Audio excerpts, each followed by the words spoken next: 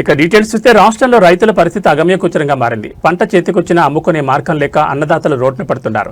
ప్రస్తుత కాంగ్రెస్ ప్రభుత్వంపై మాజీ ఎమ్మెల్యే తీవ్రస్థాయిలో విరుచుకుపడ్డారు. పంట దిగుబడి కొనుగోలుపై ప్రభుత్వానికి కనీస అవగాహన లేదని, అసమర్థ పాలనతో రైతుల జీవితాలతో ఆడుకుంటున్నారని మండిపడ్డారు. ప్రస్తుతం రాష్ట్రంలో మొక్కజొన్న రైతులు గోస పట్టించుకునే దిక్కే లేదని మాజీ ఎమ్మెల్యే ఆరోపించారు. పంట దిగుబడి ఏ మేరకు వస్తుంది, ఎంత కొనుగోలు చేయాలి, నిల్వ సామర్థ్యం ఎంత అనే అంశాలపై ప్రభుత్వానికి కనీస అవగాహన లేదని విమర్శించారు. వివిధ ప్రభుత్వ శాఖల మధ్య సమన్వయం లోపించిందని, సమీక్షలు చేసే తేలిక కూడా ప్రభుత్వానికి లేదని ధ్వజమెత్తారు. కష్టపడి పండించిన పంటను చూసి రైతు సంతోషపడాలా, లేక ప్రభుత్వ వైఫల్యం వల్ల తక్కువ ధరకు అమ్ముకొని దిగులు పడాలా అనే పరిస్థితిని కాంగ్రెస్ సర్కార్ తీసుకొచ్చిందని ఆయన ఆగ్రహం వ్యక్తం చేశారు. రైతులను ఇబ్బంది పెట్టకుండా పంట కొనుగోలు చేసే ఆలోచన కానీ చిత్తశుద్ధి కానీ ప్రభుత్వానికి లేదని మాజీ ఎమ్మెల్యే ఎద్దేవా చేశారు. తక్షణమే మొక్కజొన్న కొనుగోలు కేంద్రాలను ప్రారంభించి రైతులకు మద్దతు ధర కల్పించాలని డిమాండ్ చేశారు. 17 నుంచి 20% పంట ఏదైనా ఎదుగుదల ఉంటుందని చెప్పి ఆనాడే శాస్త్రవేత్తలు ప్రకటించారు.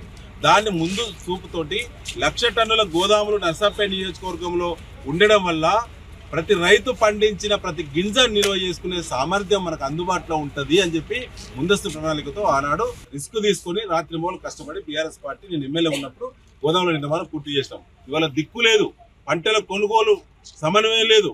ఇలా మార్కెట్ మధ్యలో ఎస్డబ్ల్యూసి గోదాముల మధ్యలో, అదే రెవెన్యూ శాఖ మధ్యలో, పోలీస్ శాఖ మధ్యలో, వ్యవసాయ శాఖ మధ్యలో, దాంతోపాటు సివిల్ సప్లైస్ డిపార్ట్మెంట్ మధ్యలో సఖ్యత కుదిర్చేటువంటి పెద్ద దిక్కు ఒక్కడు కూడా లేరు నర్సపేట ప్రాంతంలో.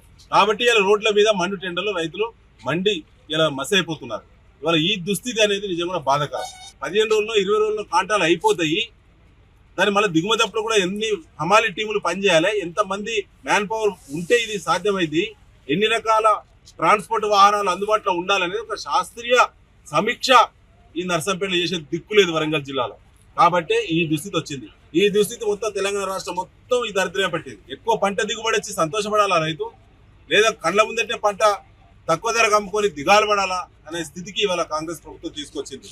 ఇవాళ 2,400 రూపాయల మొక్కజొన్న మద్దతు ధర బయట 1,600 నుంచి మొదలైంది. ఇలా 1,800, 1,850, 1,900 కొంటున్నారు. మిగతా 600 రూపాయలు, 700 రూపాయలు ఒక క్వింటాకు లాస్ అవుతున్నారు. ఇలా 40 క్వింటాల దిగుబడి వచ్చింది. 40 క్వింటాల దిగుబడి వచ్చింది. 600 చొప్పున ప్రైవేట్లో అమ్ముకుంటే నష్టం జరిగినా ఇలా 24,000 రూపాయలు ఒక ఎకరా పండించిన మొక్కజొన్న రైతుకు 24,000 రూపాయలు వాళ్ళ ఖాతాలో పడాల్సినటువంటి పైసలు ఇలా మట్ల కలిసిపోతున్నాయి.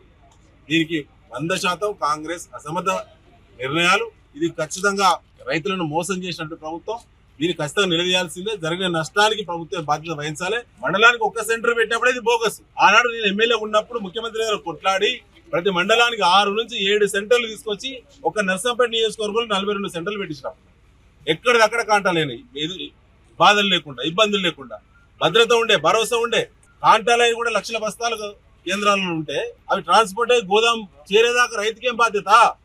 కాంటా అయిన తర్వాత రైతుకు బాధ్యత ఎందుకు? కాంటా అయిన తర్వాత కొనుగోలు కేంద్రానికి బాధ్యత, ప్రభుత్వానికి బాధ్యత. బస్తా వేయినా, బస్తా ఉన్నా, ట్రాన్స్పోర్ట్ అయినా, ట్రాన్స్పోర్ట్ కాకుండా బాధ్యత ఎవరిది?